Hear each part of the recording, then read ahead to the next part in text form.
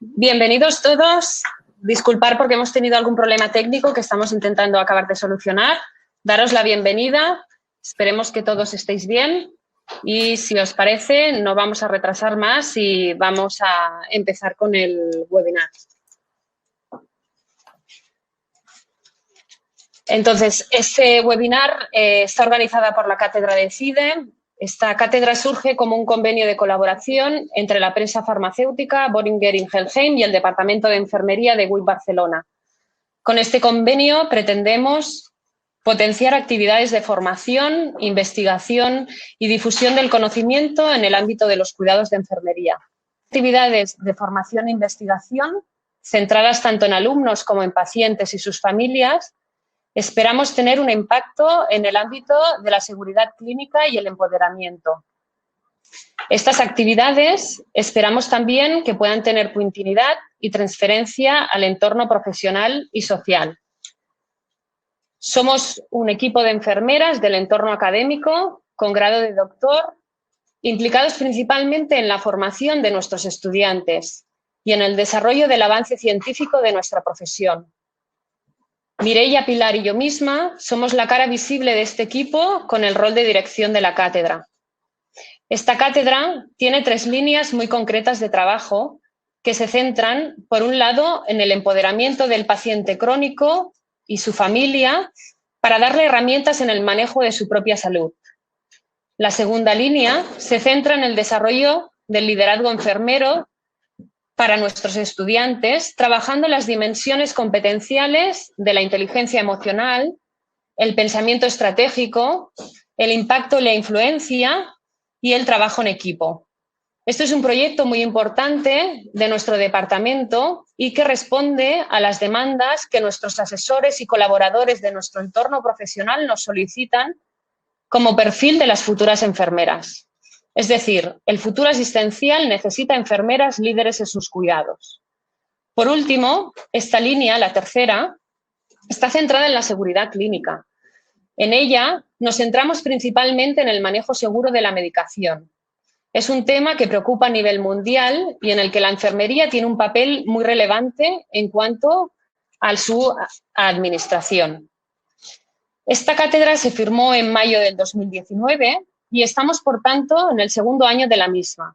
Y por eso nos parecía importante empezar a realizar actividades divulgativas tanto de nuestros propios resultados como de temas relevantes relacionados con nuestros objetivos. Debido a la situación de pandemia, hemos querido adaptar esta primera actividad de difusión y centrarla en el ámbito sanitario, que ha sido muy castigado por la pandemia. Nuestras compañeras de atención primaria, a las que ya damos las gracias, y a sus pacientes, que también les agradecemos mucho su participación, en especial en aquellos con patología crónica, han tenido que adaptarse de una forma rápida a esta situación. Por eso hemos creído importante darles voz para que puedan compartir hoy con nosotros sus experiencias y aprendizajes. Además de este webinar, queremos seguir promoviendo el liderazgo enfermero y por ello lanzamos los primeros premios dentro de esta cátedra para reconocer las ideas e iniciativas que los profesionales de enfermería de atención primaria e integrada hayan podido desarrollar durante la pandemia para mantener la calidad y la atención de los pacientes crónicos. Creemos que esta iniciativa ayudará a los profesionales a implementar esos proyectos y a visibilizar el rol enfermero en esta área de atención. Sin más, cedo la palabra a mi compañera Pilar Fusté, que presentará las diferentes ponencias de este webinar.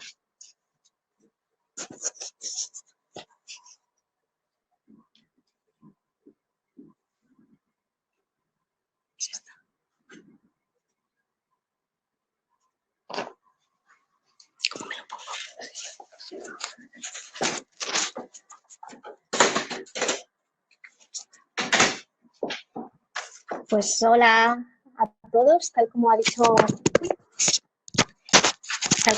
Encarna, mi compañera, muchísimas gracias a todos los asistentes por participar y a todos los ponentes. Tal como hemos ido anunciando y estaba escrito en la difusión de la cátedra, hemos querido que los ponentes recojan tanto el ámbito profesional como el ámbito de pacientes. Creíamos que era una gran oportunidad para darles voz y que nos hablaran desde su perspectiva personal de lo que ha supuesto esta pandemia. Nuestra primera ponente es la doctora María Jesús Mejido, es directora del SAP Baix Llobregat Centre, l'Institut Català de Salut, al Departament de Salud de la Generalitat de Cataluña, y ella nos va a hablar de esas iniciativas de gestión que ha habido en atención primaria durante la epidemia del COVID. Muchísimas gracias, Chus, y te doy la palabra.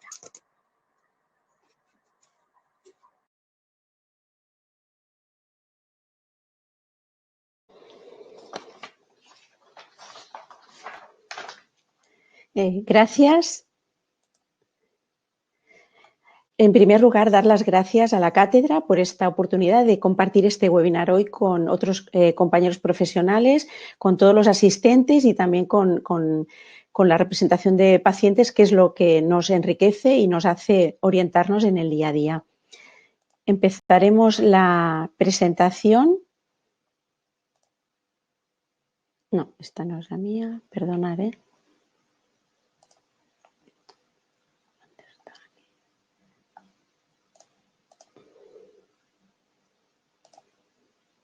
Ahora sí.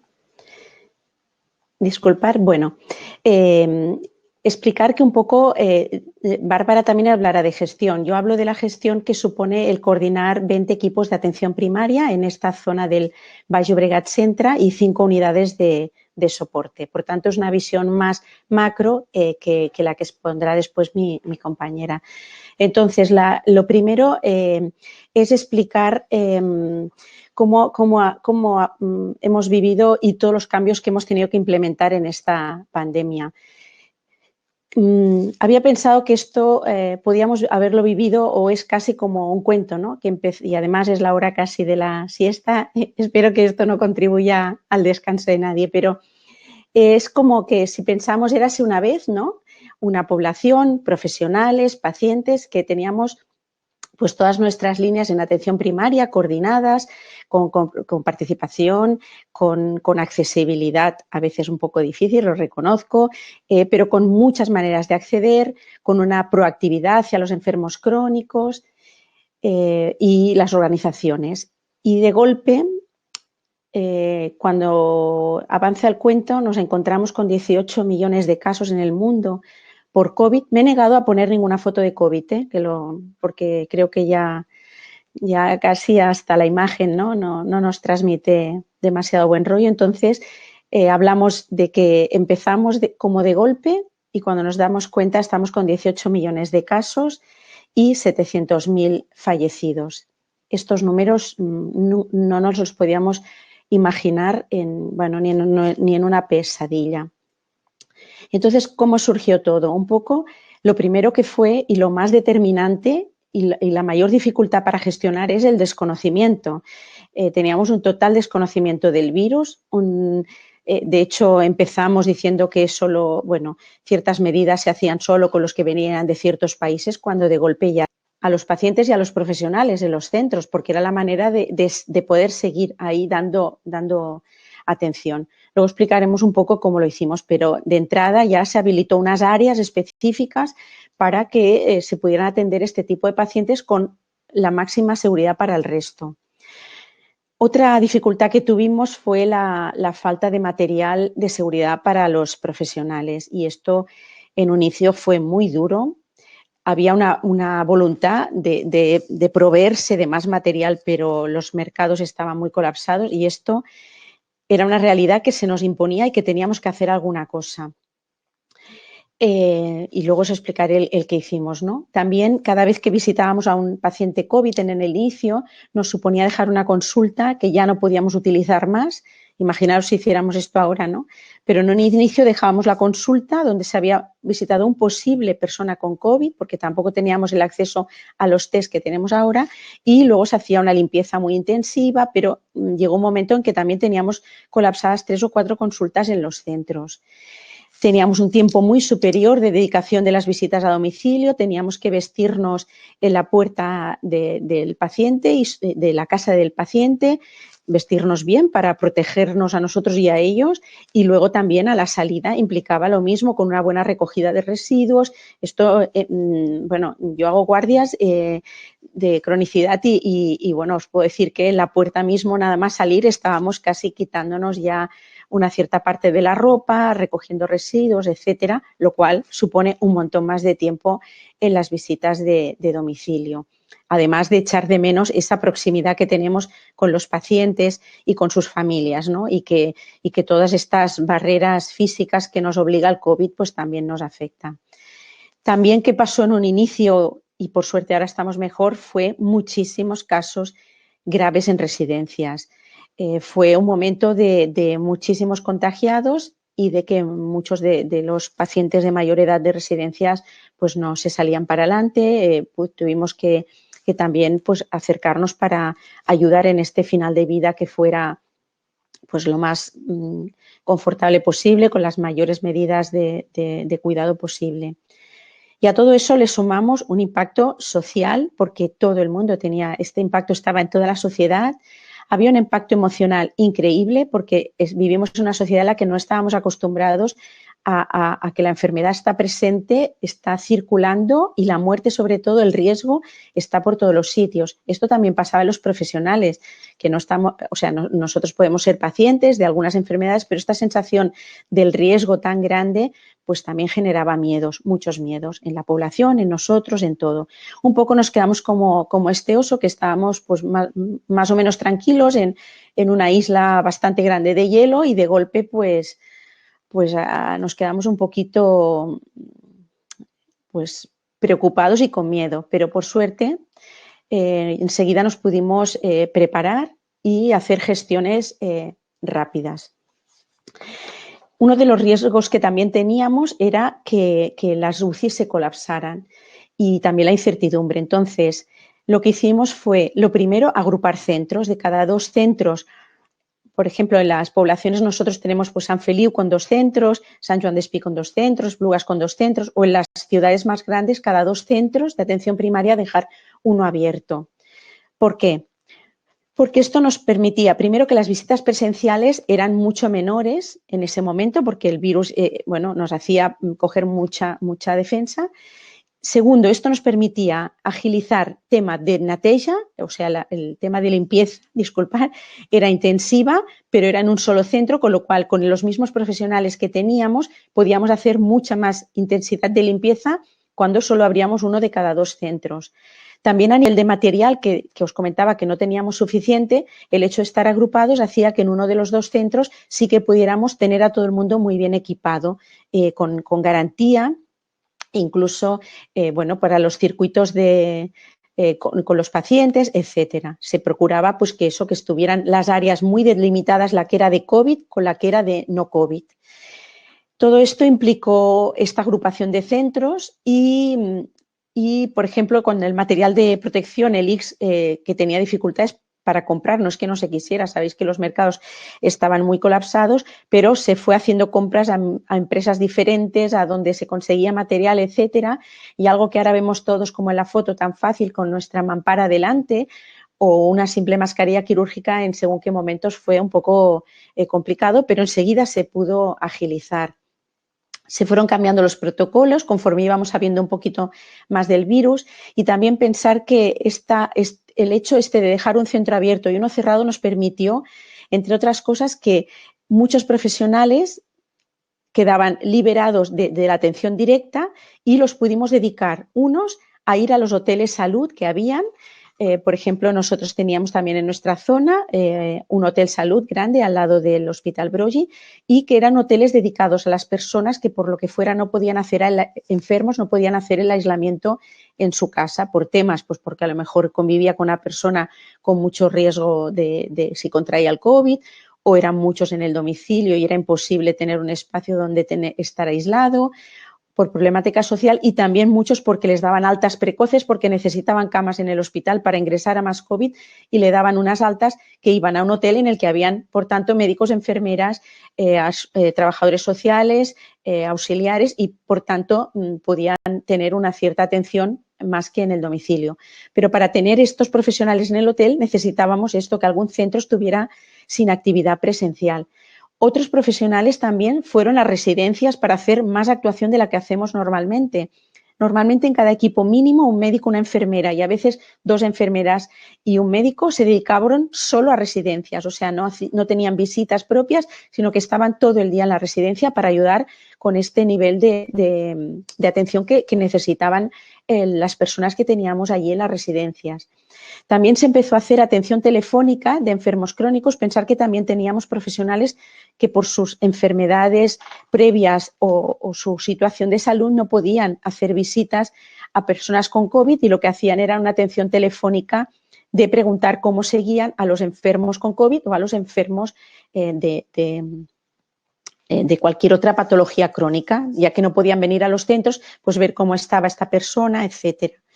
Y también dedicamos parte de nuestros profesionales, parte de las enfermeras de nuestro SAP, fueron a dar soporte a las UCIs, porque sabéis que se ampliaron muchísimo el número de camas y también hubo profesionales de primaria que tenían experiencia en UCI por su trayectoria profesional, que fueron a ayudar y a trabajar de forma exclusiva en las UCIs durante la pandemia.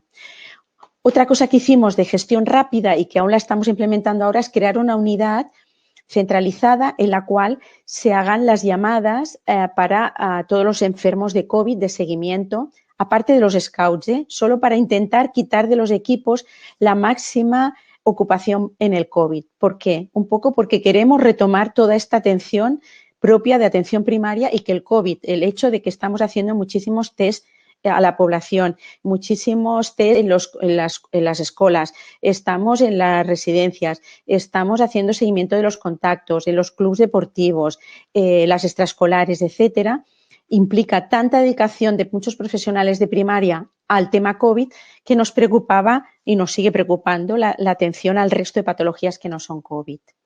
Entonces, también hicimos una iniciativa en este sentido.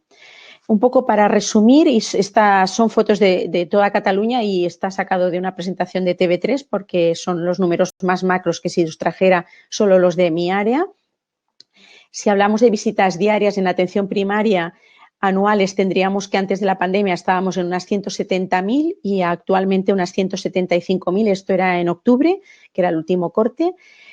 Pero el tipo de visita, que esto lo hemos vivido todos y lo sabemos, ha pasado de que un 80% era presencial y un 20% era por teléfono o por mail con la Meva Salud a un 35% presencial y un 65% telefónica.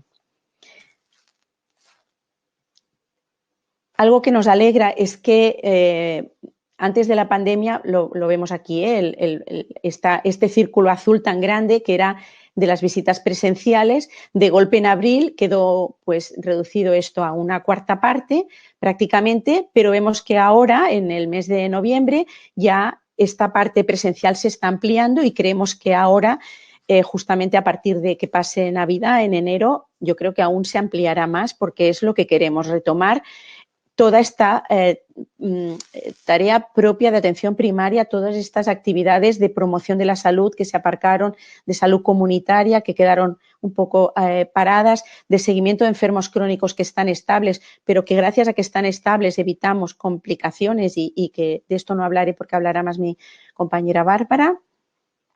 Y un poquito, no me quiero alargar para que haya tiempo a las preguntas y además porque luego me toca hacer otra breve presentación al final de otras intervenciones. Pero un poquito yo creo que esta imagen lo que quería transmitiros es que yo creo que en marzo-abril estábamos como la foto de la izquierda, lo veíamos todo muy nublado, sabíamos que había un cielo, que había nubes, que había tierra. Y por suerte ahora pues aún hay una parte seguramente de visión de estas nubes, pero ya empezamos a tener más definido toda nuestra atención, el cómo nos estamos organizando, estamos mucho mejor organizados, nos quedan retos y de eso hablaré después, cuando el futuro, pero como mínimo creo que todos estamos ya con una sensación, aunque las cifras sigan subiendo, pero también sabemos que hay muchos temas que no dependen solo de la atención primaria en cuanto al momento actual del virus. Pues de momento lo dejaría aquí y cualquier duda, pues al final preguntáis. Gracias.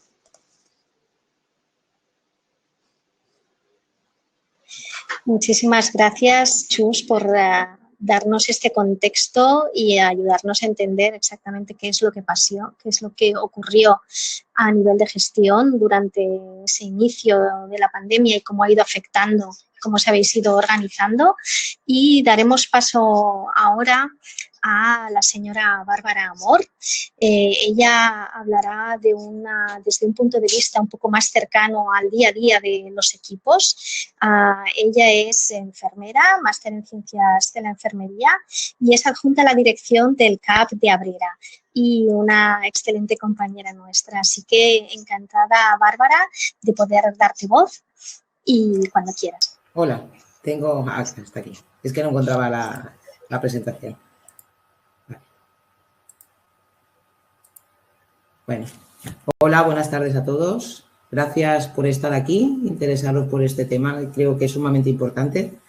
Dar las gracias, como mi compañera Chus, a la cátedra por invitarme a este evento. Estoy súper agradecida de ello y poder contribuir un poco a exponeros lo que es mi vivencia, ¿no?, en esta situación como enfermera. Digamos, lo que la exposición que os haré será más que nada la experiencia mía a nivel profesional, ¿eh? Bueno, un momento que no puedo pasar la diapo, ¿eh?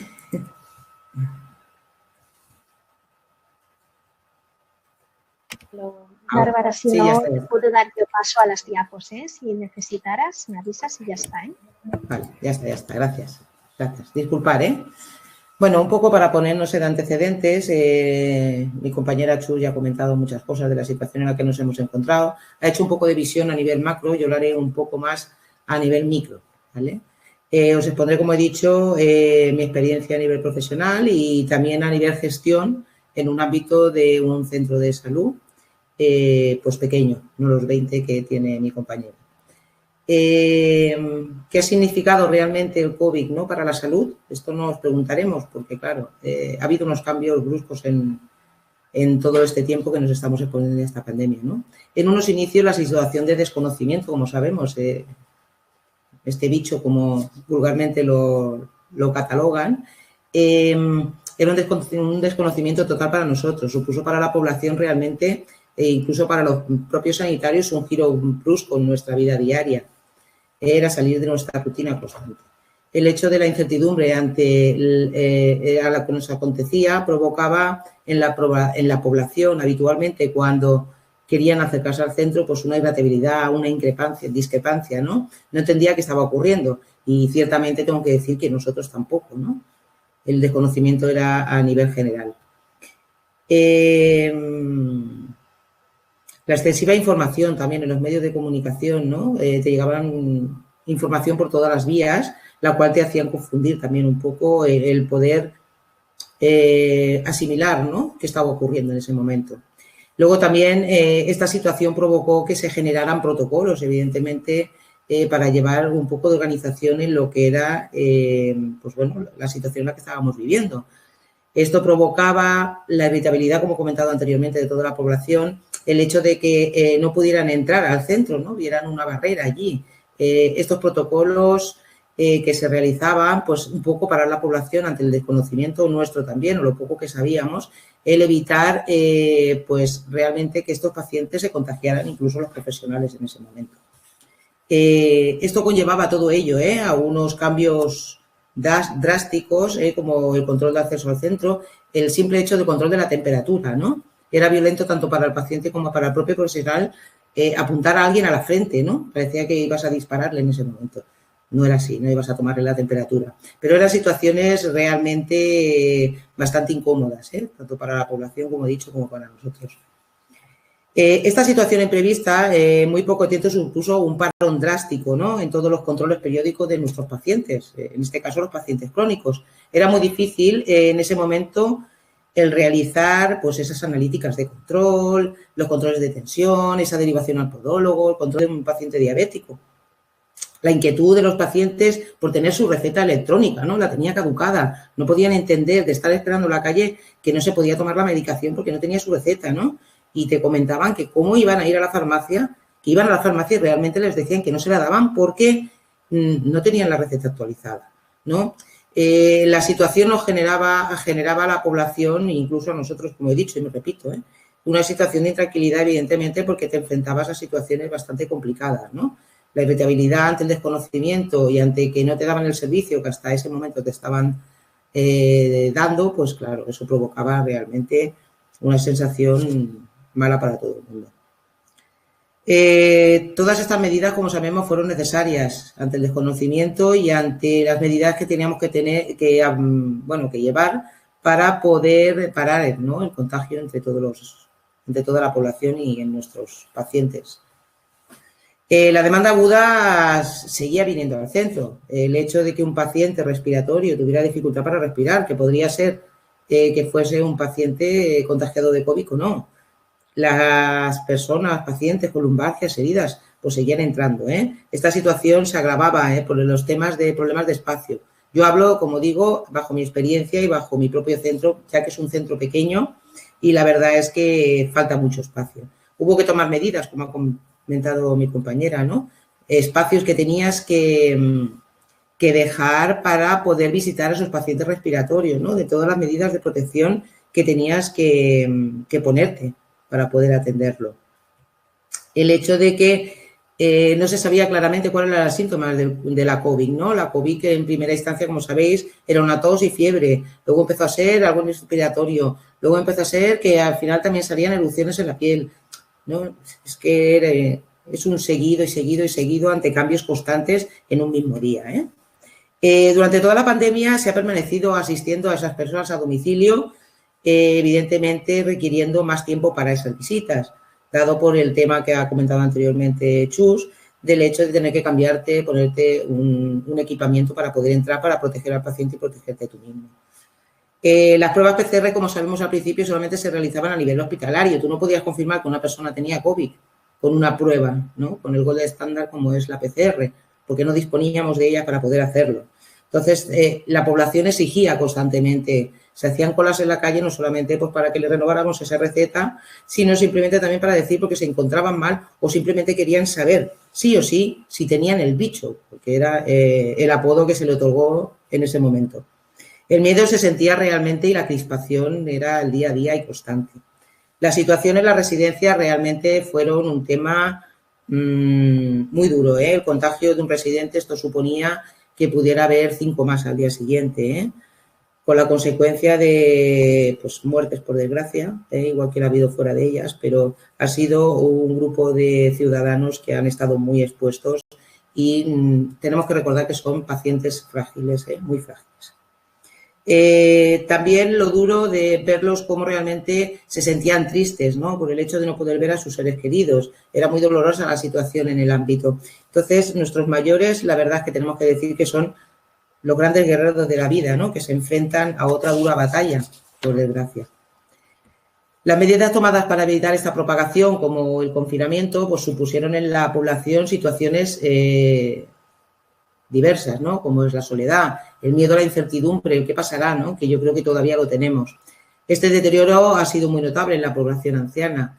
Verdaderamente muchas personas el confinamiento les ha llevado a que se expongan a un deterioro más agravado de su demencia, de su Alzheimer, de su patología o incluso que aparezca o debute, ¿no? esa demencia. Se ha visto marcada sobre todo la economía, como sabemos, de la familia debido a la ausente, a los despidos. Todas estas situaciones han llevado a la aparición pues, de deterioro físico, mental y en muchos casos complicaciones pues, en las propias patologías del paciente si en ese momento tiene.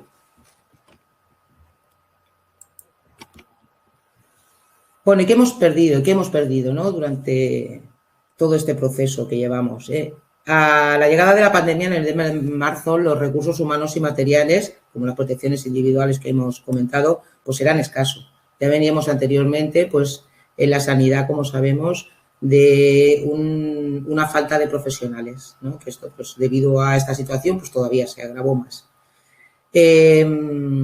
También en ese momento no solamente era la escasez de profesionales que había anteriormente a la pandemia, sino que se agravaba más a más que los profesionales también se podían contagiar y en sí se han contagiado, ¿no? Había bajas médicas, cargas de trabajo acumuladas, aumentaban, otra por parte de los que, pues como ha comentado la compañera, ¿no? Los propios equipos, había enfermeras y profesionales como médicos que se trasladaban a los hoteles de salud para reforzar a nivel asistencial, o incluso a los hospitales, y estar durante la semana trabajando en tu centro y tener que ir a reforzar un fin de semana al hospital porque se veían desbordados. No era posible encontrar profesionales por ningún sitio, estaban todos trabajando, todos, absolutamente todos. La mayoría estaban reforzando el sistema hospitalario debido a la gravedad de ese momento de los pacientes. Los recursos materiales eran escasos en todo el país, como hemos dicho, la dificultad que había para poder encontrar todo tipo de protecciones individuales. No había protección suficiente para todos, incluso las mascarillas, pues claro, las tenías que alargar días porque realmente no tenías para ello. Todas estas situaciones generaron que el nivel de calidad asistencial disminuyera, evidentemente. Hemos perdido también en proximidad al paciente durante este tiempo, el seguimiento continuo de esas enfermedades que anteriormente venían al centro. Hemos perdido familiares, hemos perdido pacientes y, como no, también hemos perdido compañeros. En cierta manera, hemos perdido la cercanía, ante todo, a la ciudadanía. La situación se va recuperando tímidamente, vamos, como ha comentado también, y me vuelvo a repetir mi compañera Chus, y tímidamente, pero sí que tenemos que hacerlo con mucha precaución, por posibles olas de rebrote que pueda volver a aparecer otra vez. ¿Qué hemos aprendido? Toda situación complicada, mala o catastrófica, realmente hay que sacar todo lo que hemos aprendido de ello, ¿no? Esta pandemia nos ha obligado tanto a los ciudadanos como a los centros de atención primaria en general a reorganizar, pues, nuestro día a día, nuestro trabajo, nuestra atención y priorizar las necesidades y no la demanda de nuestros pacientes. A reforzar la atención a domicilio, ¿por qué no? Al igual que también reforzar las residencias. La priorización durante esta pandemia ha sido del todo una salida propicia para ofrecer una asistencia de calidad. Se han puesto en marcha diferentes recursos, como son las nuevas tecnologías, que anteriormente ya existían. Se iban promocionando, pero no llegaron a interiorizarse en las casas, y ahora, pues, esta pandemia pues, ha dado este paso grande a ello. Por poner un ejemplo, la receta electrónica, el seguimiento de control analítico, realizando las peticiones y analíticas por teléfono. El paciente, el hecho de ir solamente a la farmacia con su tarjeta electrónica, ya tiene su medicación a la disposición, evitando de esta manera la presencialidad del paciente en los centros y ofreciendo un servicio de atención al paciente crónico en este momento, las necesidades que hay. Todas estas medidas evitan así listas de espera, ofrecen atención asistencial segura al paciente, el evitar posibles contagios, evidentemente las visitas que se tienen que hacer presenciales y hacer una visión del paciente, evidentemente vendrán al centro a que se les ausculte o a que se les vea, a la exploración que sea necesaria. Poco a poco la normalidad se establece en los centros de salud y ha sido, pues, evidentemente muy duro para todos. Actualmente el contacto con el paciente es asiduo, se pacta con él la visita en el centro de salud, se ha aumentado el tiempo dedicado a él asistencialmente durante la visita, para llevar a cabo, pues en esa misma visita, diferentes controles que quizás los espaciábamos en el tiempo, ¿no? Este seguimiento de sus patologías y velar sobre todo, como hemos dicho anteriormente, por su seguridad. El uso de las tecnologías, claro, tenemos que pensar, ¿es accesible para toda la población? Realmente, las personas más jóvenes, como nosotros, realmente las tecnologías tenemos más por la mano, ¿no? Tenemos nuestros mayores que tienen más dificultad para ello. Ha sido un soporte importante, como hemos dicho, a la conexión entre paciente y sanitario. Hemos podido recordar que hay pacientes que no disponen de estas tecnologías, tampoco saben cómo funcionan, al igual que hay personas que no disponen de los recursos para poder tenerlas también. o no tienen a nadie en una familia que pueda conectarse directamente con su centro de salud. Mediante una llamada telefónica se les ha hecho el seguimiento constante a estos pacientes que no tenían los recursos para poder hacerlo. También he de decir que ha habido una colaboración, yo hablo siempre a nivel personal de mi centro, como he comentado, ha habido una estrecha colaboración por parte de todos los servicios públicos, tanto del ayuntamiento, los servicios sociales, policía local, que ha favorecido contacto y la disponibilidad en todo momento para estar expectantes ante cualquier signo de alarma que hubiera o situación en cualquier paciente. El hecho de no localizar al paciente por teléfono, habíamos tenido casos que no había manera de localizar al paciente de ninguna de las maneras, incluso llamar a la policía local para que nos ayudara si podía acercarse para ver si ese paciente se encontraba bien. Verdaderamente he de decir que ha sido un trabajo en equipo a todos los niveles, no solamente a nivel de equipo primario o sanitario, de centro de salud, sino a nivel público e institucional. Como comentaba anteriormente, el uso de las tecnologías han sido cruciales en esta pandemia. La Meva Salud, no sé si será de conocimiento de todos, la e-consulta dentro de la Meva Salud, la videollamada, son recursos que han hecho que los pacientes se encuentren más cerca de sus sanitarios de referencia, el poder consultar a cualquier hora. Las nuevas tecnologías son accesibles para todos los ciudadanos y pacientes. Si bien hay que decir que no todos tienen los conocimientos y recursos, como hemos dicho, o en estos casos la familia se ha implicado también mucho en lo que son los cuidados de sus cercanos. La vía telefónica, sin duda, ha sido en todo momento el medio de comunicación más rápido en este tipo de casos. Como decía, la prioridad del uso de otros medios de comunicación para los pacientes crónicos ha sido velar por su seguridad, evitando así las aglomeraciones de gente dentro de los espacios de los centros de salud. Y de esta manera evitar el contagio no solamente para ellos, sino para los propios profesionales. También he de destacar que en los centros de atención primaria se ha estado visitando a pacientes COVID, como hemos comentado, en zonas que estaban habilitadas para ello y por consecuencia se ha evitado la presencialidad del paciente crónico para velar por los contagios.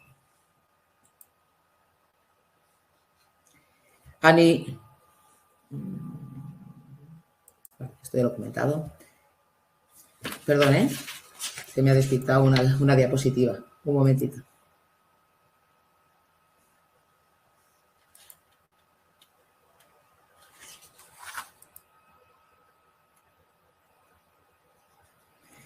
Bueno, también he de decir que ha habido que todas estas situaciones en las cuales nos hemos enfrentado ha requerido una organización de los equipos. Hemos tenido que reinventarnos, reorganizarnos para poder seguir ofreciendo ese servicio asistencial y un seguimiento del paciente crónico en este caso. El inicio de la pandemia, como sabemos y ha comentado la compañera, se cerraron diferentes puntos. En mi caso fueron 2 consultorios pequeños para poder unificar lo que es la población en un solo punto. Después de varios meses hicimos más cambios todavía dentro del centro. Como he comentado anteriormente, nuestro centro es muy pequeño. Hubo una necesidad de sacar pediatría de dentro de nuestro centro por no poder tenerla en un espacio seguro, la cual se reubicó en estos centros, estos 2 consultorios cerrados, para así preservar y garantizar la seguridad de nuestros pequeños. Se han creado también diversas figuras dentro de los equipos, como son los gestores COVID, con funciones de seguimiento del paciente con resultados positivos. Ellos directamente a través de una aplicación se ponen en contacto con el paciente para poder detectar todos los contactos estrechos que hayan podido tener. También está la figura RECO, que son los referentes escuelas, que tienen la función de organizar y reorganizar la intervención a las escuelas ante la detección de un caso positivo en un aula o en un grupo burbuja. Sanitarios como referentes de las residencias, encargados de gestionar, organizar, realizar las intervenciones oportunas ante casos positivos en los centros de nuestros mayores. Se han ampliado líneas de teléfono, se han aumentado el personal sanitario para seguir ofreciendo una atención a la ciudadanía. A nivel de educación a la población, ha sido duro, como comentábamos antes. La educación para la salud se paró en el hecho de que al llegar la pandemia no se podían producir pues todas esas intervenciones que realizábamos habitualmente, como era la salud comunitaria. El aprendizaje ha sido duro para los pacientes crónicos, como para los sanitarios y los no sanitarios. La velocidad de la adaptación se ha producido en un tiempo récord. Nos estamos enfrentando a una situación nueva para todos que precisa cambios constantes por las múltiples caras que nos presenta este virus. Se ha mantenido en todo momento informada a la población de la situación que estábamos viviendo, no solamente en los medios de comunicación, sino en nuestros propios medios sobre las medidas a tomar. Los medios que se han utilizado han sido variados, de las redes sociales de los ayuntamientos, intervenciones por la radio, grabaciones de vídeo, cartelerías en los municipios, en los centros de salud, fachada, cristales. Y se está llevando a cabo una educación sanitaria constante con estas medidas de seguridad y que hace hincapié en qué es lo que debemos o no debemos hacer en este momento. También el informar a la población la no necesidad de movilización y tomar las medidas higiénicas que hay que hacer para evitar todos los contagios y parar esto lo antes posible. La contribución por parte de los servicios públicos ha sido del todo notable, está a la disposición de la población, como he dicho. Facilita la comunicación, se han mantenido desde un primer momento, antes de que se definiera la alarma, la pandemia y el confinamiento de toda la población. Ya se estuvo haciendo reuniones directamente con el ayuntamiento para poder estar informados constantemente.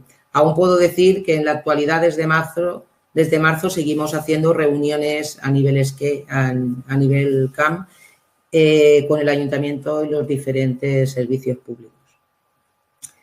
Durante estos cambios la población en muchas ocasiones ha sido reticente, ¿no? Ha manifestado su malestar. Se han dado las explicaciones oportunas y se ha podido comprobar la mejora notable en la asistencia. Una parte importante de todo ello es el empoderamiento del paciente crónico, parte crucial de todo este proceso. Se ha formado sobre la vigilancia de su propia enfermedad, qué momento sería un estado de alarma, cómo podía notar los cambios en su propia enfermedad y cómo mantenerse alerta ante cualquier complicación de su patología. Se le ha pedido al paciente en este confinamiento controles de su tensión arterial, los cuales nos lo comunicaban por teléfono en todo momento, al igual que los controles pues, de glicemia, de glucemia, y se le ha informado de cuáles son los signos y síntomas de alarma en cualquier momento. Ha sido más o menos fácil en la población joven. Lo sorprendente ha sido el ejemplo de nuestros mayores en todo momento. Se han mostrado adaptadísimos a la situación que estamos viviendo. Incluso nos decían, estamos bien, frases textuales, estamos bien y no nos hace falta, si nos hace falta alguna cosa, os llamamos, pero sobre todo, vosotros cuidados. O una llamada solo para decirte, como hemos tenido, gracias, lo que hacéis no tiene precio. Verdaderamente estas palabras eran gratificadoras en situaciones complicadas como las que hemos vivido. El paciente, sin saberlo, nos ha demostrado que está empoderado. Realmente lo ha demostrado en esta pandemia y lo está demostrando. Tiene conocimientos de su autocuidado y de sus situaciones complejas. Cuando él se descompensa en situaciones, se da cuenta de ello. Este autocuidado ha demostrado que la población en general y en especial el paciente crónico ha hecho que se pase de una dependencia total a su centro de salud al fomento de la autonomía ante la enfermedad y con el respaldo, evidentemente, de sus profesionales de referencia, sus sanitarios. Incluso comentar también los pacientes, nadie te conoce mejor que tú, ¿no? Que tú mismo. Esto comentó un paciente afirmando la situación en la que estaba, que él se había dado cuenta de que se estaba conociendo mucho más de lo que antes lo sabía, porque nunca se había parado a pensar en él mismo. Por otra parte, hay que destacar también la parte de la familia, que ha contribuido en el aumento de los conocimientos de la enfermedad y ha fomentado también la autonomía de los pacientes. Han estado pendientes durante todo este tiempo sus mayores ante la necesidad de cuidados, la han acompañado, implicándose y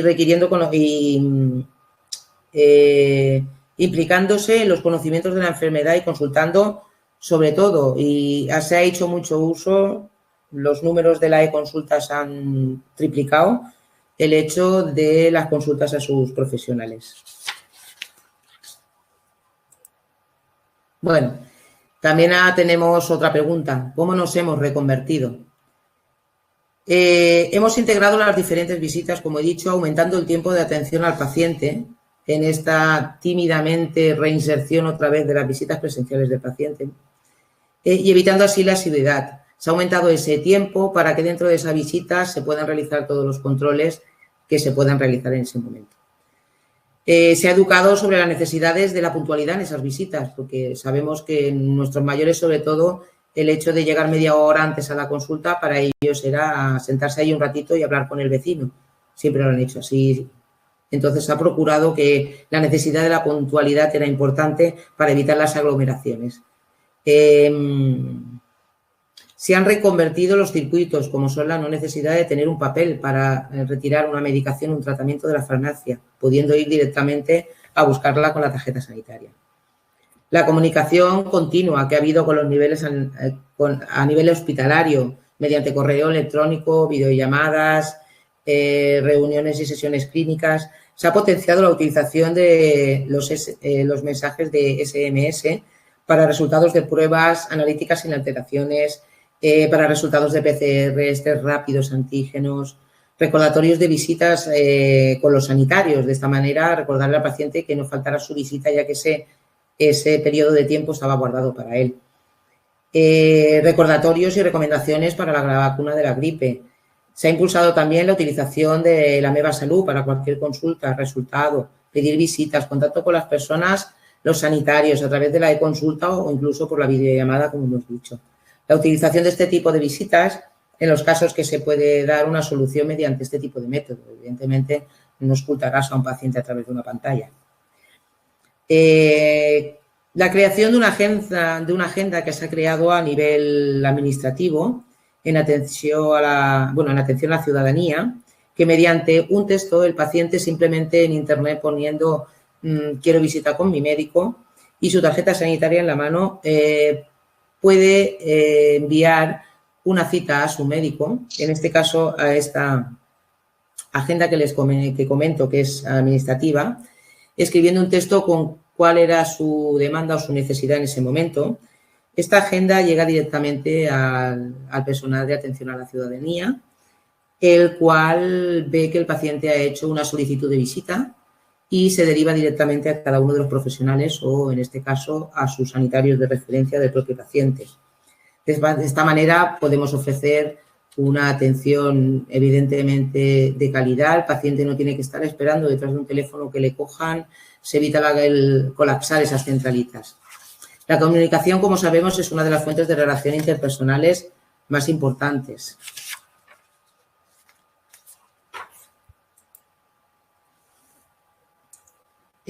Como he dicho, la comunicación, como sabemos, es una de las fuentes de relación interpersonales más importantes en el ser humano. Esto ha conllevado reinventarnos y a promocionar las nuevas vías de comunicación de las que disponemos en este momento. El empoderamiento del paciente ante la gestión de su enfermedad hace que la seguridad sea percibida por él, ¿no?, generando una autoconfianza en él mismo. Esta situación de pandemia nos ha enseñado a reinventarnos en el cuidado y en el seguimiento de nuestros pacientes y hemos utilizado y utilizamos las nuevas tecnologías para gestionar los canales de comunicación que había hasta ahora con ellos. Conocer cuáles son las necesidades de nuestros pacientes, de qué recursos disponen, al igual que las necesidades y de los recursos que disponemos los propios profesionales. Hacen que la respuesta que podamos dar sea mucho más efectiva, más segura y se fomente sobre todo la autonomía del paciente. Durante la pandemia, las nuevas tecnologías han supuesto un lazo de unión entre la población y el centro de salud.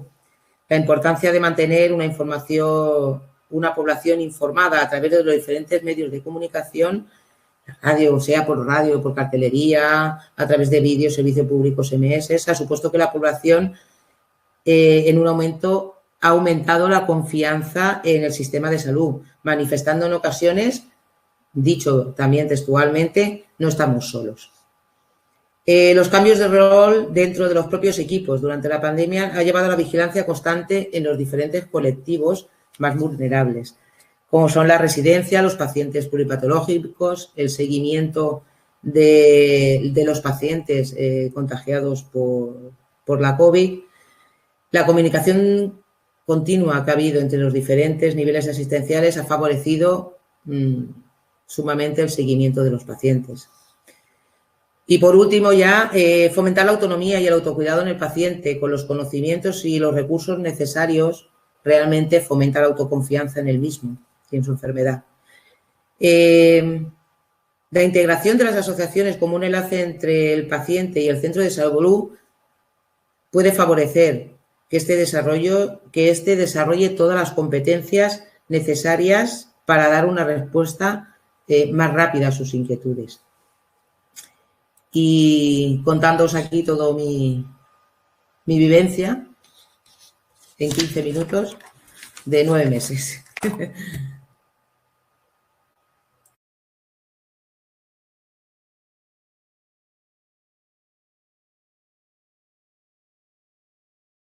No se sent. Muchas gracias. Ahora sí.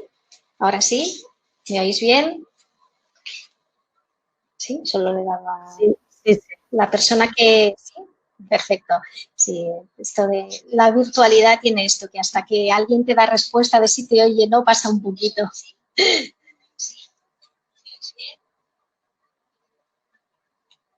Muy bien. Pues decía que pasaríamos ahora a ver la perspectiva de los pacientes. En esta sección teníamos preparados a 2 ponentes, la señora Bárbara Melenchón, que ella es una paciente de asma grave y otras comorbilidades asociadas, y ella es también miembro de la asociación A Tot Pulmó. Y luego tendríamos al señor Fernando Uceta, que es un paciente de POC y coordinador de Cataluña de la asociación APPOC, que son una asociación de pacientes con enfermedad pulmonar obstructiva crónica. Sin embargo, el señor Fernando Uceta está teniendo algún problema de conexión, por lo tanto es posible que si no logramos que se conecte durante la intervención de Bárbara, después de ella abriríamos el turno de palabra, el turno de preguntas. Os recordamos a todos que a través del chat podéis hacer cualquier consulta que nosotros las vamos recogiendo y luego las lanzaremos. Así que, sin más entretenimiento, le doy la palabra a Bárbara Melenchón. Muchísimas gracias. Hola, muchas gràcies. Moltes gràcies a la universitat per convidar-nos. Tindré l'ajuda a l'altre costat del fil, de l'internet del Carles, que m'ajudarà a passar les diapositives. Donar sobretot les gràcies a tots els equips professionals mèdics que estan lluitant i treballant d'una manera increïble, tal com ens relatava la Bàrbara i com ens relatava anteriorment la metgessa amb aquesta situació de pandèmia. La veritat és que jo, com deia la Pilar, tinc una patologia d'asma greu, és una patologia crònica i com ens autocuidem en situació de pandèmia o en no situació de pandèmia, no? Llavors, Carles, passem a la següent diapositiva, sisplau. La veritat és que el primer que hem de tenir molt clar quan tenim una malaltia és quin és el meu diagnòstic, què tinc, com es diu, quin és el nom i cognom de la meva malaltia. En el meu cas és un asma greu, és una malaltia inflamatòria de tipus 2, és un asma d'EREA, eosinofílic, tinc la tríada ASA, l'al·lèrgia per tant a tots els antiinflamatoris no esteroideus, tinc al·lèrgia als betalactàmics, tinc al·lèrgies alimentàries i tinc al·lèrgia a les proteïnes transportadores de lípids. Tot això és un conjunt de comorbilitats que el que fan és tenir una sèrie de factors que a vegades el malalt crònic els pot controlar i altres vegades no el pot controlar. Evidentment, no soc una persona fumadora, però sí que hi ha factors que no puc controlar, com per exemple avui que tenim les partícules PM10 a Barcelona en estat d'activació i per tant haig de tenir cura. Si abans no teníem mascareta per la Covid, jo igualment avui hagués sortit al carrer amb mascareta perquè això m'afecta moltíssim les meves vies respiratòries, me les inflama, començo a tossir, a tenir mal de cap i a trobar-me malament. Però també hem de tenir en compte, per exemple, jo vaig posant exemples de la meva malaltia a partir, diguem-ne, del relat més, diguem-ne, teòric, podríem dir, no? A mi m'afecta molt els canvis de pressió atmosfèrica. Com que tinc poliposis nasal, estic operada de polis, tinc etmoidectomies, que hi ha un canvi de pressió atmosfèrica, tinc molts mals de cap i com que no puc prendre antiinflamatoris no esteroideus, m'haig d'aguantar amb paracetamol. Llavors, tot això ho haig de veure i haig de saber quins són els factors que puc controlar o no. La calor no la puc controlar, no puc controlar quan es falten al carrer del costat de casa meva i que començo a ofegar-me i no sé què passa. La meva malaltia requereix, i ara ja van el Carles que seguim, un seguiment mèdic. Aquest seguiment mèdic com el tinc? A través del meu especialista, del meu pneumòleg, i a través de la meva infermera d'asma greu, però també a través de l'atenció primària. Per què? Perquè qualsevol altra malaltia que jo tingui que no té a veure amb el meu asma greu sí que té una implicació amb l'atenció primària. Un mal de coll, un mal d'oïdes, jo haig d'anar a la meva metgessa i haig d'explicar-li i ha de conèixer totes les meves malalties i totes les meves al·lèrgies també de medicaments. Per exemple, per mi prendre alguns antibiòtics quan van encapsulats en segons quines càpsules de tint de color vermell no puc prendre perquè em generen al·lèrgia. Tot això ho hem de tenir en compte i per tant ha d'haver-hi sempre aquest feedback entre el metge d'especialitat o la infermera d'especialitat i la infermera o el metge de primària. Seguim. Tot això hem de promoure que hem de passar als pacients crònics que cada vegada hi ha més malalties i el tipus de vida que portem o la pandèmia fa que hi hagi una dependència del sistema que hem de superar cap al camí de l'autonomia. Com l'hem de fer, aquest canvi a l'autonomia? Doncs l'hem de fer perquè és necessari per l'autoconeixement del pacient, però també perquè la Covid ens ha suposat un canvi en el paradigma del que és el malalt, la dependència i el propi sistema de sosteniment del sistema sanitari. Hem d'autoconèixer-nos, ens hem de cuidar. Jo haig de saber buscar informació, quan a mi em donen un diagnòstic, de buscar informació fidel, real i científica. No me n'aniré a foros que no tenen aquesta consistència. Perquè haig de conèixer, he de saber quins són els meus valors normals de peak flow, haig de tenir un peak flow a casa, quan començo a veure que no respiro correctament, haig de veure si és un tema de peak flow o perquè si és un aliment que m'ha sentat malament. He de saber quan tinc els valors normals i quan són els meus valors són anormals. He de tenir anotacions gràfiques del meu peak flow, per exemple, tenir un oxímetre a casa o coses tan elementals com portar una placa mèdica amb el meu nom i cognom i les malalties que tinc, una pulsera on també ho col·loca, en el mòbil també ho tinc, que és un tipus d'etiqueta que també quan conduïa moto el portava, o també donar informació de què tinc al·lèrgies, a veure que si ho veieu, o quines són les medicacions que estan permeses. Això jo ho haig de portar al bolso perquè pot passar qualsevol cosa pel carrer. Per tant, haig de tenir una educació en salut i una autoformació i un autoconeixement. També haig de cuidar-me respecte a l'alimentació que prenc, l'activitat física amb un asmàtic. Hi ha hagut moments en els quals jo no he pogut fer ni tan sols ioga de la gravetat que tenia el meu asma o em despertava per la nit.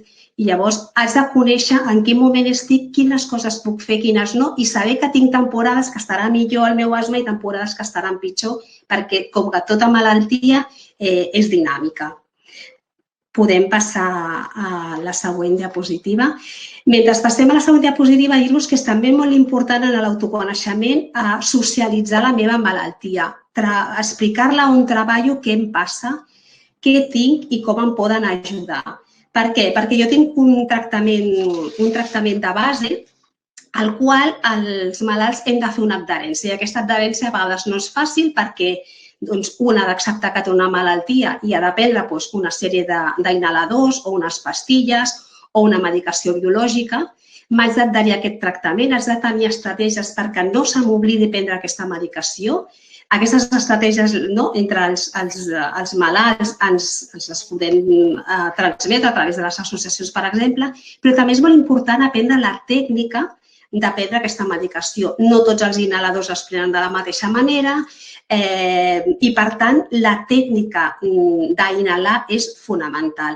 I també el seguiment que jo haig de fer d'aquest tractament de base. He de saber que si no m'he pres la medicació em trobaré malament.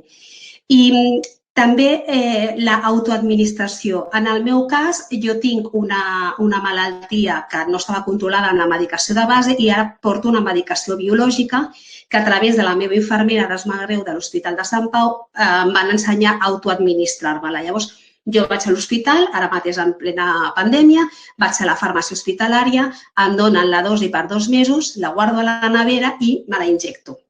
Aquest dilluns passat em va tocar la meva dosi, em poso les 2 injeccions i sé que al cap de 4 setmanes tornaré a prendre. Però tot això suposa un aprenentatge i una previsió de quan se t'acaba la medicació i quan tenir-la. Què passa quan tinc una exacerbació o com puc viure una crisi? Doncs qualsevol malaltia crònica podem pensar, es pot prevenir una situació? Doncs a vegades sí i a vegades no pots prevenir una exacerbació. Jo sé que no puc prendre un antiinflamatori o no puc, segons què respiro, si han netejat amb un producte químic a l'escala del pis on visc, tindré una exacerbació, però a vegades no les puc controlar.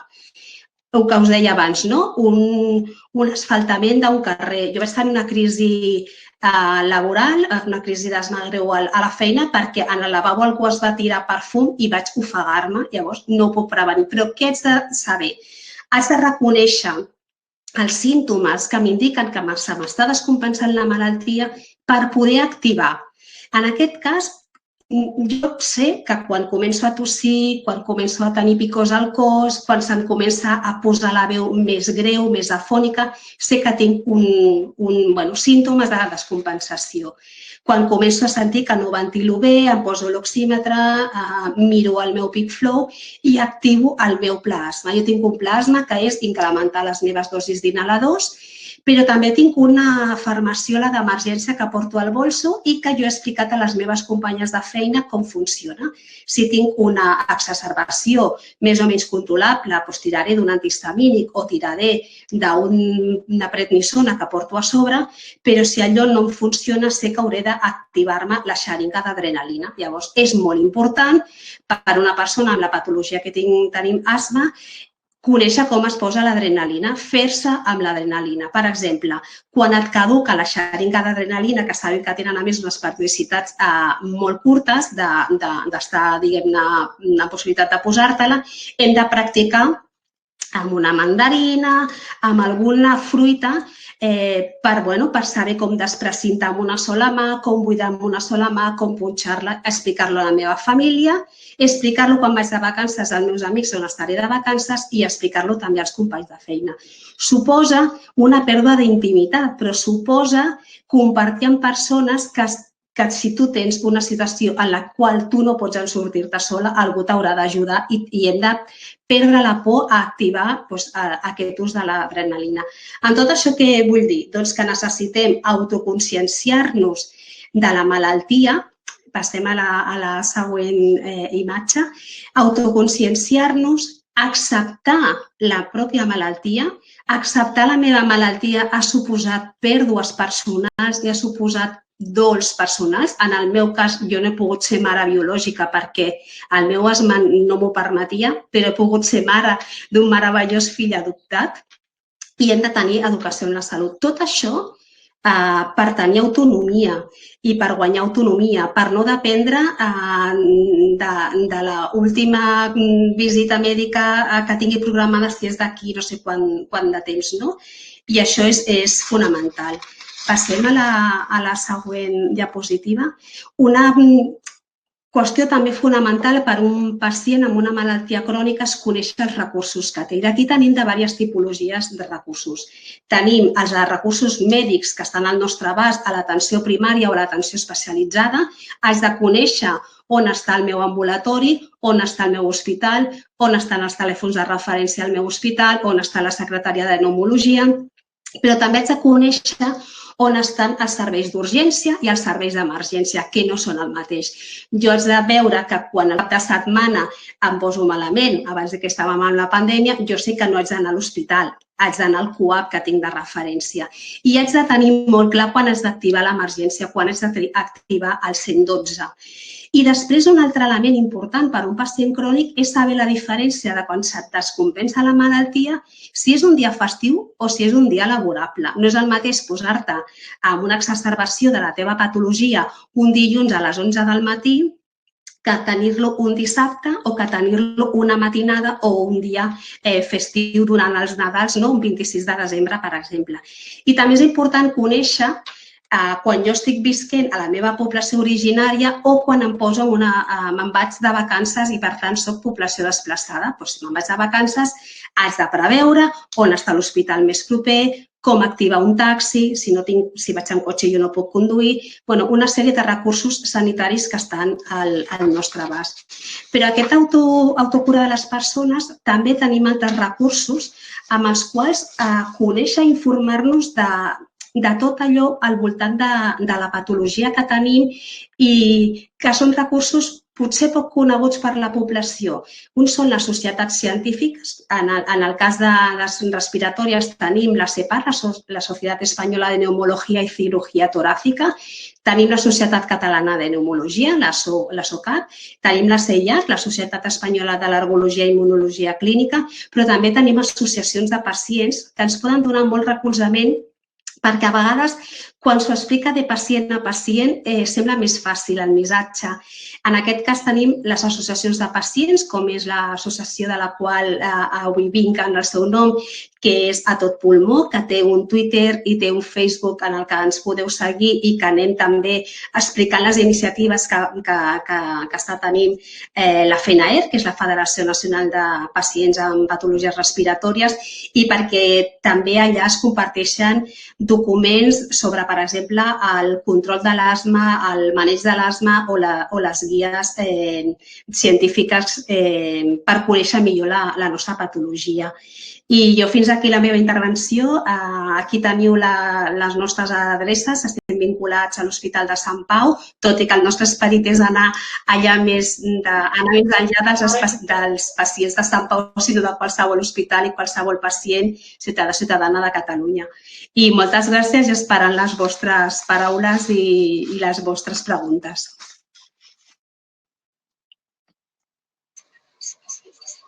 Muchas gracias, Bárbara.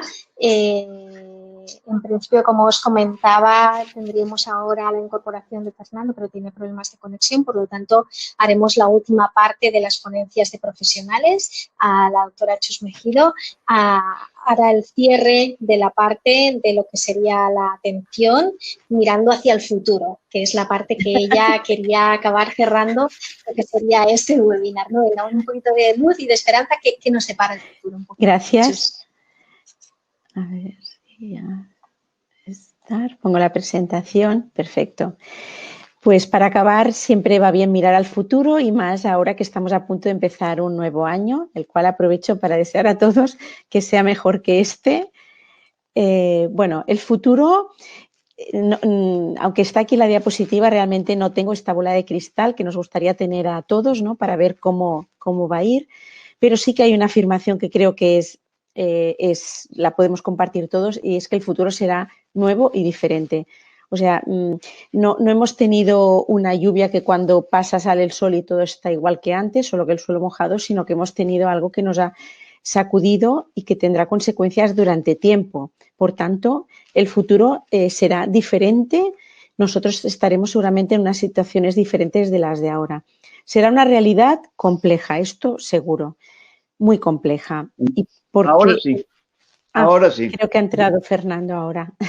Bueno, esta realidad será compleja de futuro. También tendremos una realidad social y económica, como ya estamos viendo ahora mismo, complicada. Todos estos confinamientos pues, han supuesto el que la población tenemos pues, una situación económica difícil y más en los próximos años. Y también pues ya podemos intuir alguna certeza como que el incremento que ya se ha producido de problemas psicológicos, emocionales y de salud mental se va a mantener o a incrementar porque esta situación lo ha llevado, ¿no? Pero también podemos pensar que igual seremos más solidarios, que igual hemos aprendido de lo mal que lo hemos pasado, a lo mejor nos cuidaremos más. Son hipótesis.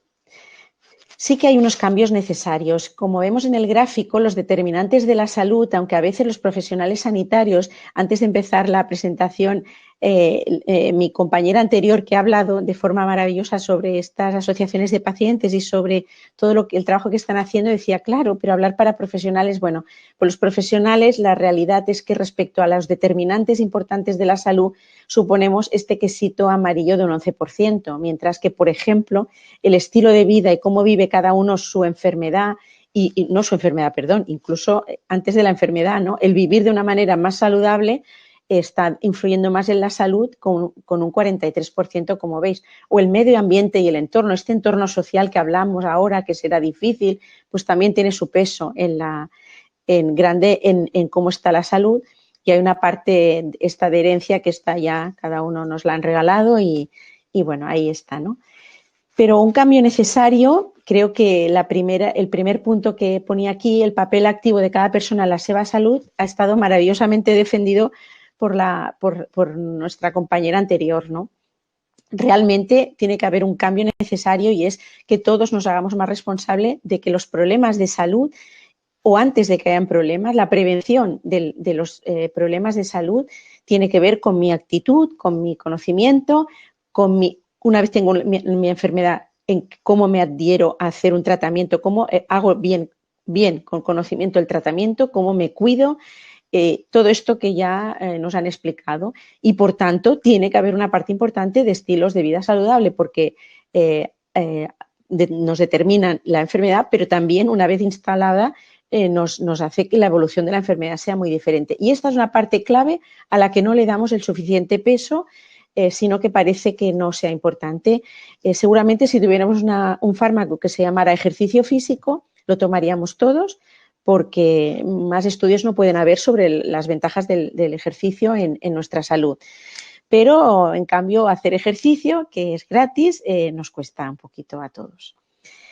Pues también es necesario unos cambios en las políticas de salud pública, porque la salud pública está inmersa en todas estas áreas de determinantes de la salud y tiene que haber políticas claras que apoyen esto y que faciliten pues todas estas situaciones. Tiene que haber una mejora del medio ambiente porque esto también es salud y, de hecho, bueno, como ya sabréis, muchísimas teorías del coronavirus o de cómo está afectando el coronavirus también tendrían que algo a ver el medio ambiente. Pero sobre todo es muy importante que haya mejoras sociales, porque si no, cualquier enfermedad, y lo hemos visto en el coronavirus, el impacto ha sido mayor en las personas que tienen que convivir 6 o 7 en un piso respecto a personas que viven en una sola familia, en personas en las que no querían ni hacerse la PCR porque trabajaban sin estar dados de alta, con lo cual no trabajar, si tenían que hacer el confinamiento, quería decir no cobrar y estar en un círculo de pobreza en los que, aunque trabajen, algunos están. Todo esto nos está condicionando la salud y en el COVID lo hemos visto clarísimo. Pensar que hemos tenido ejemplos, el otro día me decían en el Hotel Salud que habían una persona que había ingresado en el hotel que las 6 personas que convivían eran positivas y ella era la negativa. Al final decidieron llevar a la negativa al hotel, ¿no?, para poderla tener aislada. Es una situación que siempre tiene repercusión en la salud, pero en el COVID también. He hecho 2 listas de propuestas así muy telegráficas para que podamos tener tiempo de hablar, ¿no? Una es clarísima, que las inversiones en el sistema de salud son importantes y también específicamente en atención primaria, porque parece que las UCIs han sido la gran salvación, pero el papel que ha tenido atención primaria ha sido clave en la detección, en hacer los test, etcétera, en el cuidado, etcétera. Necesitamos cambios organizativos y ahora hablo también de atención primaria. Necesitamos cambiar cómo nos organizamos o cómo trabajamos y hacer un cambio valiente. Si algo tiene de positivo el COVID es que ha sido un reset, ha sido un hasta aquí y ahora tiene que ser diferente, porque a veces la inercia nos va llevando y también los liderajes, y me incluyo yo, como en este momento me siento líder también en mi organización. También tiene que haber cambios importantes en los estilos de liderazgo, en las personas que lideran. Los cambios organizativos son necesarios. No podemos hacer que aquí no ha pasado nada y volvemos al punto cero. También incorporar nuevos roles, y de hecho esto ya hemos empezado en la pandemia, como nos explicaba también nuestra Bárbara. Hemos tenido nuevos roles con los gestores COVID, los gestores RECOS, y también necesitamos nuevos perfiles profesionales en el Pla d'innovació de l'atenció primària que ha propuesto el Departamento de Salud, ya se contempla el que en un futuro próximo pues, fisioterapeutas estén vinculados a los equipos de atención primaria o dietistas o etcétera. Personas con nuevos profesionales muy vinculados a estas otras situaciones de estilo de vida también, etcétera. Tenemos que priorizar las intervenciones con evidencia y esto nos cuesta porque tenemos la inercia y la bola siempre se tiende a repetir lo que a nosotros nos enseñaron o lo que siempre hemos hecho y hay que ser atrevidos y hay que ser atrevidos para dejar de hacer lo que no tiene ninguna evidencia de que da un resultado positivo y ser valientes en implementar nuevas cosas que sí tienen un resultado positivo con evidencia en ello. El fomento del autocuidado personal lo ha descrito súper bien mi compañera anterior de la mesa y también creo que tenemos que hablar del fomento del autocuidado familiar. Muchas familias están cuidando, están desarrollando súper bien su faceta de cuidadores, de enfermos y están también cansados y necesitamos fomentar que estas familias se cuiden y los cuidadores se cuiden, además de los enfermos, por supuesto. Tendremos nuevas apps, como por ejemplo esta que tenemos aquí encima en la imagen, que pone Cuida la teva salut emocional a través de la app gestioemocional.cat del departamento. Pues seguramente hay cosas que nos podrán ayudar. Ahora que hemos estado confinados, pues muchísima gente ha tirado de apps pues para dormir mejor, para relajarse, para la gestión emocional, para saber cómo está el COVID, para muchísimas cosas. También hay apps de seguimiento del COVID. Y muy importante la salud comunitaria. La comunidad también cuida, la comunidad también tiene responsabilidad sobre la salud de todos. El tener ciudades más saludables, espacios más saludables, también es salud. Y esto también lo vamos a ver aún más necesario cuando pase esta tormenta que ahora tenemos. Y otras tres propuestas, una sería organizar nuevos y múltiples sistemas de acceso a la consulta. No puede ser que para ir a la consulta solo podamos o ir a la puerta del ambulatorio, del CAP, o llamar por teléfono o por internet, ¿no? Seguramente tenemos que tener otras vías de acceso fáciles, reforzar estas videoconsultas, que es algo pues que sí que es verdad que nos decía Bárbara que tenemos dificultades con algún fragmento de población que no tiene acceso, pero a veces los hijos cuidadores de sus personas mayores, de sus padres, sí que nos harían consultas por videoconsulta estando ellos presentes o, bueno, gente más joven como nuestra compañera que ha hablado también ahora, que podría hacer muchísimas, y esto repercute sobre su calidad de vida, etcétera, hacer una videollamada como se están realizando algunas ahora de forma tímida, porque a los profesionales también nos cuesta, también tenemos que decir las cosas que nos cuestan y nos cuesta esto de la videollamada porque hemos de dedicar más tiempo de entrada, porque a veces falla, como nos ha fallado a veces un poquito el sonido cuando empezábamos, son cosas que pasan, pero que a cambio luego, pues la facilidad de estar hoy, podernos ver pues 50 personas o 60 como estamos, pues esto también facilita la videollamada. Y de diversificar la forma en que los pacientes pueden obtener solución a sus problemas de salud. No todo, es de un escrito de una compañera que está en un grupo de una sociedad científica conmigo y que ella siempre habla de que para la solución a los pacientes no está solo en sus problemas de salud, solo en los centros de atención primaria o en los hospitales. Están los recursos comunitarios, están las asociaciones, están en los autocuidados, están en muchos otros lugares. Seguramente lo que sí es una faena de todos, creo que necesitamos hacerlo todos juntos, muchísimos como estamos aquí y aprovecho que ya que me ha tocado hablar del futuro para desearos que el 2021 nos traiga un buen año, que este ya ha sido un poco duro para todos. Gracias. Muchísimas gracias, Chus. Deciros que finalmente parece que Fernando se ha conectado y yo creo que aunque no tengamos cámara sí que tenemos audio, si podemos confirmar. y sí que me gustaría, sí que tenemos cámara y audio, darle al menos, es verdad que el tiempo se nos ha echado encima por los problemas de conexión que hemos tenido, etcétera. Entonces, si puede ser, ya sabemos tu intervención era un poquito más cortita, pero que te ajustarás un poquito y darte voz porque nos encantará oírte. Yo me mantendré en pantalla por si acaso hubiera algún fallo o viéramos que nos pasamos demasiado el tiempo y así te podría avisar, Fernando. Entonces me quedaré pequeñita ahí abajo o aquí tal como estamos si no tienes presentación. Hola, buenas Y tardes. apago el micro. Mira, yo soy Fernando Uceta. Soy un paciente de respiratorio crónico. Al principio no me lo tomé muy en serio. Allá por el 2007 me diagnosticaron una bronquitis y yo dije, bueno, pues seguiré fumando. Yo no me veía con la capacidad de dejar de fumar. Para mí dejar de fumar era algo imposible, simplemente era imposible. La ansiedad. Siempre la ansiedad ha sido lo que me ha matado y lo que me ha hecho llevar el tabaco siempre junto a mí. Entonces, bueno, tuve en el 2012 2 agudizaciones, resfriado, estuvimos limpiando en casa y me vi que me faltaba el aire. Me faltaba el aire hasta el extremo bueno, no morirme, pero casi, casi. Fui a urgencias y a los 2 días otra vez. Entonces me subieron a planta, estuve 24 horas en el hospital y ahí me cambió la vida. En ese momento dije, bueno, es igual sí, o sea, me vi muerto. Me vi muerto. El enfisema es una enfermedad bastante jodida. Y si encima le añades que te pilla una agudización con un resfriado, bueno, pues lo pasé bastante mal.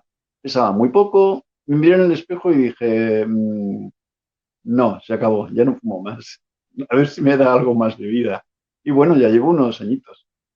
A partir de ahí yo me dedicaba más que nada a ver qué era mi enfermedad y veía que no tenía solución. No tiene solución por ningún lado. Solamente dejar de fumar y hacer ejercicio y tomarte los inhaladores que te dan. Yo he sido técnico de electromedicina, entonces para mí no ha sido nada difícil, por ejemplo, tomar los inhaladores, porque sé cómo se debe de hacer, entiendo cómo se difunden las gotitas, cómo tienen que entrar, su función es que entra hasta el bajo del pulmón, pero veo que muchos pacientes, por ejemplo, tengo entendido, y conozco a uno que es así, que no, hacen así, lo aspiran, pues no sé, como si fuera un aroma o una perfume o algo por el estilo. Total, que no hacen, digamos, no toman la medicación como deberían, no es como tomarse una pastilla. Yo en ese caso, pues sí, porque lo sabía. Luego la enfermedad he visto qué es lo que tenía que hacer, alejarme. Soy un poco trastorno obsesivo compulsivo, porque cuando llega el invierno y llegan las gripes y demás, no toco los pomos, no toco los botones donde toca la gente en el ascensor, voy con mucho cuidado de esas cosas. Me dicen que soy demasiado aprensivo. Bueno, pues claro, es que tengo miedo de que me entre una gripe.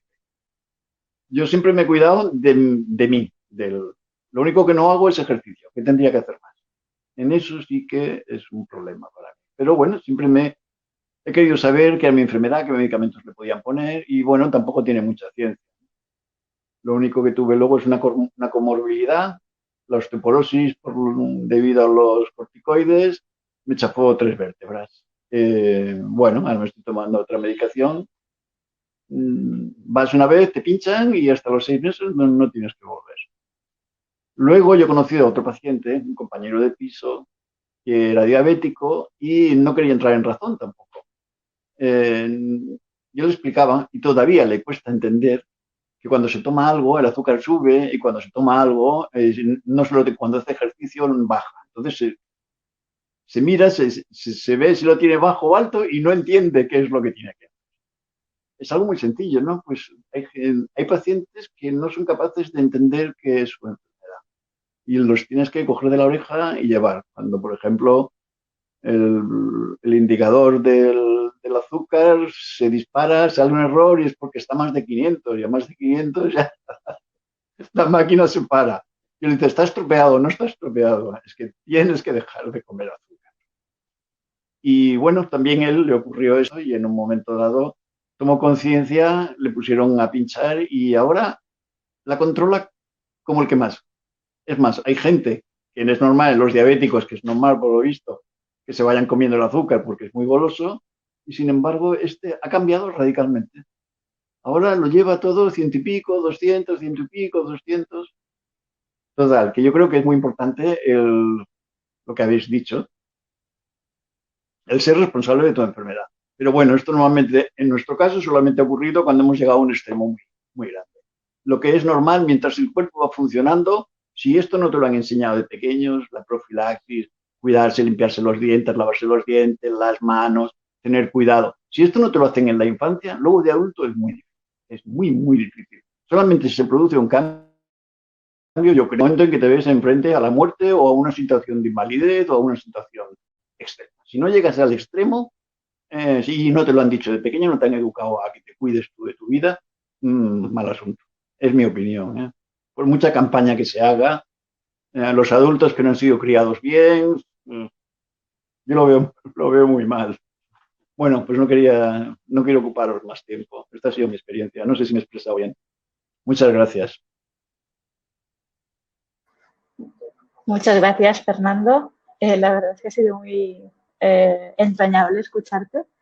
Y ahora me sale una pregunta, pero como vamos un poco justos, las vamos a colgar en la web y ya te la mandaremos para que la respondas.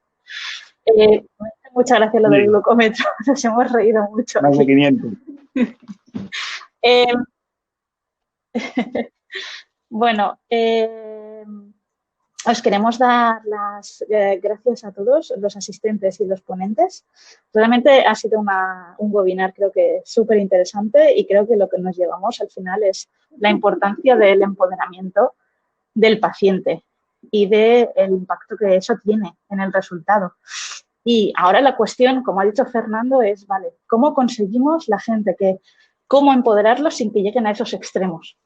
Y los que no han recibido la educación desde pequeños, incluso habiéndola recibido, habrá gente que no llegará, que no será tan consciente de lo importante que es, ¿no? Os queremos dar las gracias de nuevo y queríamos decir, por último, que lo que comentaba también la doctora Mejido de a dónde vamos en la atención primaria, al final también es un poco el objetivo de los premios que hemos organizado, y cuando lo explicaba las propuestas de futuro y hacia dónde iba la atención primaria, veíamos que los premios que hemos organizado, los premios de CIDE 2020, responden muy bien a eso. Es qué se está haciendo en primaria, qué se quiere hacer en primaria para dar respuesta a esa continuidad en los cuidados que hay veces que se ve interrumpida, en este caso por una pandemia, pero en otras ocasiones puede ser por otra cosa. Y eso es muy importante. Sin más, os damos las gracias a todos. Ha sido un placer estar con vosotros este rato. Gracias, Bárbara, Fernando, la otra Bárbara y María Jesús. Y a todos los que os habéis conectado, os colgaremos el vídeo en la web y os animamos a que contestéis la breve encuesta. Es solo saber si la profesión y si alguien quiere, que os ha parecido el webinar, y si alguien quiere un certificado de asistencia, que lo ponga en la encuesta y os lo enviaremos. ¿Vale? Pues nada, muchas gracias a todos y nos vemos en el siguiente webinar, que será en abril, en el que daremos a conocer las iniciativas ganadoras del premio. Ahora pasaremos a la fase de solicitudes, que cerrará el 1 de febrero de 2020, y entonces el jurado valorará los ganadores, y en abril haremos un webinar en el que se presentarán las iniciativas ganadoras o finalistas. No hemos explicado que el objetivo es premiar a enfermeras, equipos de enfermeras o equipos interdisciplinares liderados por enfermeras que hayan implementado o están implementando estrategias para mejorar la atención de los cuidados en la atención integrada, tanto de atención primaria como el vínculo en la atención hospitalaria y primaria.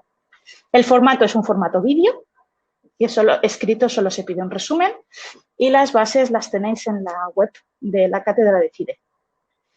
Y sin más, muchas gracias y felices fiestas a todos, y esperemos que el 2021 sea mejor que el 2020. Un saludo. Adiós. Adiós.